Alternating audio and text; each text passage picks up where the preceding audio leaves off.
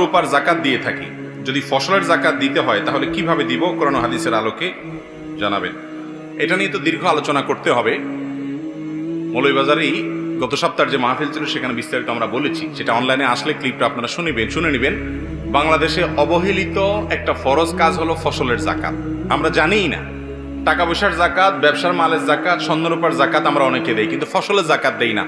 ফসল যদি কমপক্ষে 26 মণ হয়, অনেকগুলো আমাদের মতো, অনেক আমাদের মতো 16 মণ হলেই দিতে হয়। নেশাব নিয়ে একটু মত পার্থক্য আছে। 5 ওয়াসাক হাদিসের ভাষ্য অনুযায়ী ওইটাকে কনভার্ট করলে বর্তমান হিসাবে কত মণ হয় এটা নিয়ে মত পার্থক্য আছে। তো হানাফি মাযহাবের উলামা ইকরামের দৃষ্টিকোণ হলো 26 মণ যদি কারোর ফসল হয়, সেই ফসলটা যদি নিজে পানি সেচ দিয়ে করতে হয় তাহলে সেই ফসল থেকে 20 ভাগের 1 ভাগ জাকাত দিতে হবে। আর যদি আসমানের পানি দিয়ে হয়ে যায়, নিজে সেচের পানি দেওয়া না লাগে, তাহলে সেক্ষেত্রে অর্থাৎ পয়সা খরচ না হয় সে ফসলের পানি দিতে গিয়ে, তাহলে সেক্ষেত্রে 10 ভাগের 1 ভাগ, অর্থাৎ 100 কেজি হলে 10 কেজি, আর 20 ভাগের 1 ভাগ মানে 100 কেজি হলে 5 কেজি। এই পরিমাণ ফসলটা গরিবকে দিয়ে দিতে হবে, জাকাতের হকদার মানুষকে দান করে দিতে হবে।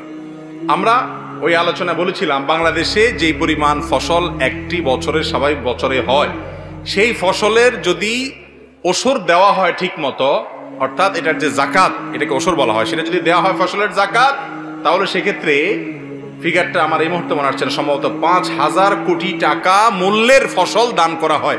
খাদ্যের যে অভাব দরিদ্র মানুষের মধ্যে আছে এটা দূর হয়ে যাবে। তো যাই হোক, যাদের এই পরিমাণ ফসল হয়, যাদের কম হয় তাদের দিতে হবে না। এই পরিমাণ যাদের হয়, নেশাব পরিমাণ যাদের হয়, যতবার এই ফসল হবে এই ফসল থেকে আপনি গরিবকে ওই পরিমাণ দান করে দিতে হবে। আমরা অনেকে হয়তো এমনিই দান করি, কিন্তু জাকাত হিসাবে দান করি না, এটা বড় ভুল। এই ফরজটা আমাদের অনেকের আদায় হয় না। বিস্তারিত জানার জন্য ডক্টর আব্দুল্লাহ জাহাঙ্গীর রাহমাহুল্লাহর ওসর বাংলাদেশে ওসর ও জাকাত বইটা আপনারা কালেকশন করে নিতে পারেন। আর অনেক বই আছে এরকম, সেই বইগুলো নিতে পারেন, এগুলো অনেক দরকারি। এবং জাকাত, এই জাকাতটা আদায় না করলে আল্লাহর কাছে জবাবদিহি করা লাগবে। এটা অবহেলিত ফরজ, আমরা জানিই না বাংলাদেশের মানুষ।